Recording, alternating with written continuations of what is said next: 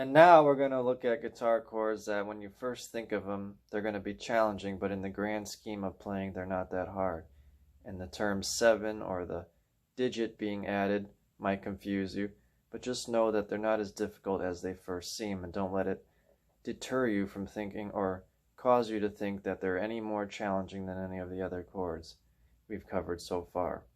But they are very important, primarily in blues, but they pop up in other genres as well.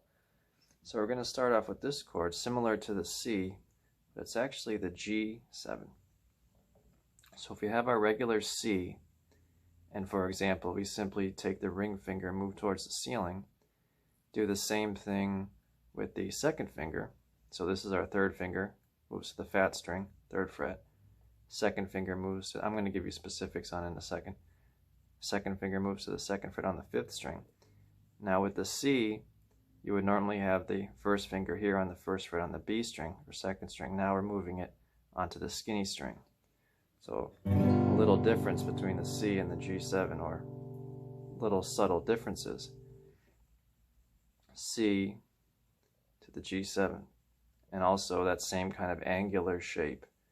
So that's with the first finger on the 1st fret, thinnest string, second finger on the 2nd fret on the 5th string, and my third finger on the 3rd fret on the thickest string, okay?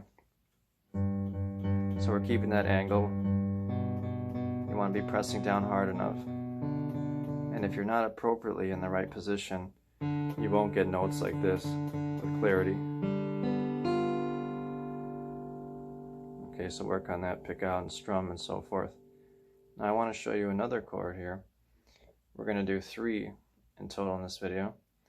And so that was the simple version of going from, or simple concept of going from the C to G7. What about a chord based upon the C that just adds a pinky?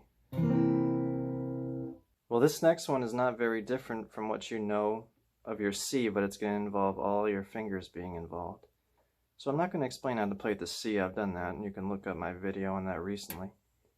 But simply adding the pinky now to the 3rd fret on the 3rd string. A couple of tricks with this: you don't want to be muting strings. So making sure your ring finger, or 3rd finger on that 3rd fret, is nice and round on the tips.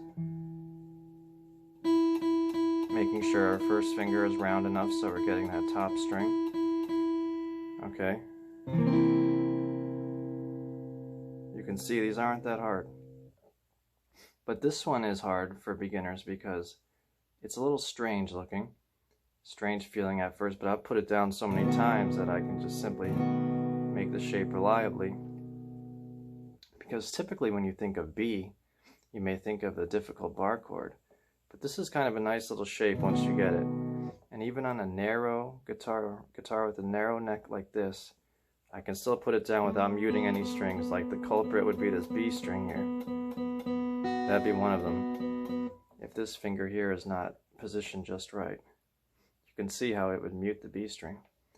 So for that one, I have my first finger here pressing down on the 1st fret on the 4th string, second finger pressing down on the 2nd fret on the 5th string, third finger pressing down on the 2nd fret on the 3rd string, and my 4th finger or pinky pressing down on the 2nd fret on the thinnest string, with my 2nd finger muting the fat string. Okay, all my fingers there. So this is used a lot for blues, but it'll pop up in folk and other genres. Very important to get your B7.